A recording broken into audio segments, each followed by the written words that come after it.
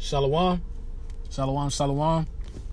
We're the real Hebrew Israelites coming in week in, week out to prophesy the downfall of America and this society. First and foremost, I want to give all praise, honor, and glory to my power, Yahweh Shem Al-Shah, Shem Kakodash. That wanted to my elders and apostles, getting no stone, who rule well and teach well, being a great example to us, my brothers. And peace and blessed all for lack, Lord, I'm part of that number. Lord, will I'm a part of that number. I'm the brother Qadar from the GMS branch Chicago. Come back another video. This video is going to be entitled, Heathens trying to hinder the building of the temple. All right, we understand that the third temple is spiritual. All right, the first was taken down by the Babylonians. All right, you know, they ransacked it. I believe it was during the time of the king Hezekiah. All right, and then the Persians, all right, under was it Artaxerxes? No, Cyrus, Salakia. Yep, there we go. Yep, yeah, Cyrus, you know, allow Israel to rebuild that temple. Okay, and then later on in the war, or in the Jewish rebellion or the Jewish revolt, if you go back to the history, it started 66 AD, all right, ended 70 AD, all right, which Yahweh prophesied that's when the second temple was ransacked and was destroyed, all right, by the Romans. All right, and over all these years, you know, they talk about building this third temple, but the Lord's not allowing them. I mean, shit, even if you build a third temple, the Lord's not going to be dealing with that. All right, because we are the third temple in the making. All right, the men of the Lord, who the Lord is dealing with. All right, but you know, the reason why I made this video and why I titled it is because these heathens are trying to fit their way in into prophecy. And trying to say that salvation is for them, you know, cough vocab, okay? But this is First Ezra 2:1. In the first year of Cyrus, king of Persians, the word of the Lord might be accomplished that he had promised by the mouth of Jeremy. You know, Jeremy was a prophet. The Lord raised up the spirit of Cyrus. So, like, let me go with this real quick. I always gotta double check. All right, we good. The Lord raised up the spirit of Cyrus, the king of the Persians, and he made proclamation through all his kingdom, and also by writing, saying, "Thus saith Cyrus, king of the Persians, the Lord of Israel, the Most High Lord, have made me king of the whole world," which is true. All right, the Lord had him rule over that time. All right, and commanded me to build him an house at Jerusalem and Jewry. If therefore there be any of you that are of his people, let the Lord, even his Lord, be with him, and let him go up to Jerusalem, that is in Judea, and build the house of the Lord of Israel, for he is the Lord that dwelleth in Jerusalem. So the Lord put the spirit on him, because the scriptures say the king's heart is in the hand of the Lord. All right, your heart goes into your mind. So the Lord controls everyone's thought pattern. He controls everyone's physical, everything. You know, every little thing. The Lord controls it all. All right. So the Lord put the spirit on them to do that.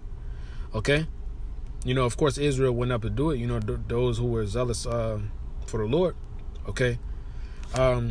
This first Ezra 2:16. But in the time of Artaxerxes, king of the Persians, Belamus and Mithridates and Tibelus, however you say it, and Raphbus, and Bilthamus and Semelius, the secretary, with other that were in commission with them, dwelling in Samaria, and other places, which that's northern Israel, wrote unto him against them that dwell in Judea and Jerusalem with these following letters: to King Artaxerxes our Lord, the servant Rathmus and story writer, and Semelius the scribe, and the rest of his council, and the judges that are in Seleucia and Phoenice, be it now known to the Lord King that the Jews that are up from you to us, being come into Jerusalem, that rebellious and wicked city, do build the market places and repair the walls of it, and do lay the foundations of the temple. Now, if this city and the walls thereof be made up again, they will not only refuse to give tribute, but also rebel against the kings. And for as much as the things pertaining to the temple are now in hand, we think it meet not to neglect such a matter, but to speak unto our Lord the King, to intent that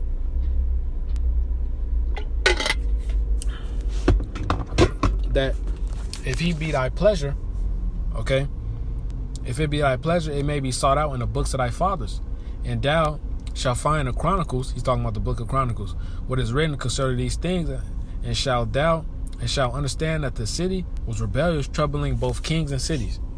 And the Jews were rebellious and raised always war therein, for the which cause even the city was made desolate, man. Wherefore now we do declare unto thee, O Lord the King, as this city might be built again, and the walls there are set up anew, thou shalt henceforth have no passage from Seleucia and Phoenice. Okay? Now if we skip to verse 27, and the men therein were given to rebellion and war, and that mighty king and fierce one in Jerusalem, who reigned and exacted tributes into Seleucia and Phoenice. Now therefore I have commanded to hinder those men from building the city, and he be to be taken, that there be no more done in it, man. So they stopped Jake from building it. All right. And let me get this Salak. I'm gonna continue to read Salak. I always see that guy, man. But yeah, verse 30. Then King Artaxerxes' letters being read, Raphamus and Samelius the scribe, and the rest that were in commission with them, removing in haste toward Jerusalem with a troop of horsemen and a multitude of people in battle array, began to hinder the builders, and the buildings of the temple in Jerusalem ceased until the 2nd year of the reign of Darius, king of the Persians, man. All right? And these, the reason I brought that out is because these heathens trying to fit their way into prophecy, and say they're the Israelites, trying to physically build the third temple, man. When it's a spiritual thing. All right, but this is it's like defile temple. 1 Corinthians 3:16. I know ye not that ye are the temple of the Most High, and the Spirit of the Most High dwelleth in you. All right, because the Lord said, the Lord don't dwell in a temple built by my hand, man. All right, by men. Okay, if any man defile the temple of the Most High, him shall the Most High destroy. For the temple of the God of the Most High is holy. Which temple are ye? Which temple ye are, man? Okay. So your temple is your body, man. All right. I'm gonna continue to read. It says, yeah, that's pretty much it. All right, and that shows you how it's spiritual, man, because the Lord is not dealing with no physical temple. All right, but nevertheless, going back to the video, showing how the Lord is only dealing with us. This is Deuteronomy 7:6. For thou art an holy people unto the Yahweh thy power. Yahweh thy power have chosen thee to be a special people unto himself above all people that are upon the face of the earth. Okay, this is Deuteronomy 14:2. For thou art an holy people unto Yahweh thy power. And Yahweh have chosen thee to be a peculiar people unto himself above all the nations that are upon the earth, man. Okay, now let's get in the New Testament. All right, John 4:22. Ye worship ye know not what. We know what we worship, for salvation is of the Jews, man. All right, and John 3:16 is talking about the Israelites. That world, all right, goes into harmonious arrangement, goes into agreement. All right, an agreement is a covenant. The Lord made the first and second covenant to Israel, man. This is Amos. So like here, this lesson is all over the place. Like I didn't really plan it out. This came from this striking class. This Amos 3:2. Ye only have I known of all the families of the earth. Therefore I will punish you for all your iniquities, man. All right, so you only gonna punish your son. You're not gonna punish his friends or who he was doing mischievous things with. You're gonna punish his son. All right, you're gonna leave his friends to their parents, man. That's how the Lord deals with us. Now if you read Judas 17,